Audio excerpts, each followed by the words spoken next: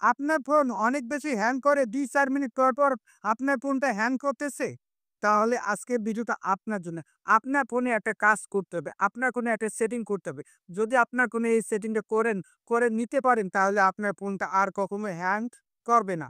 কিভাবে করবেন চলুন দেখিয়ে দিচ্ছি, শিখিয়ে দিচ্ছি। ভিডিওটাকে শেয়ার দিয়ে সবাইকে দেখার সুযোগ করে দিবেন।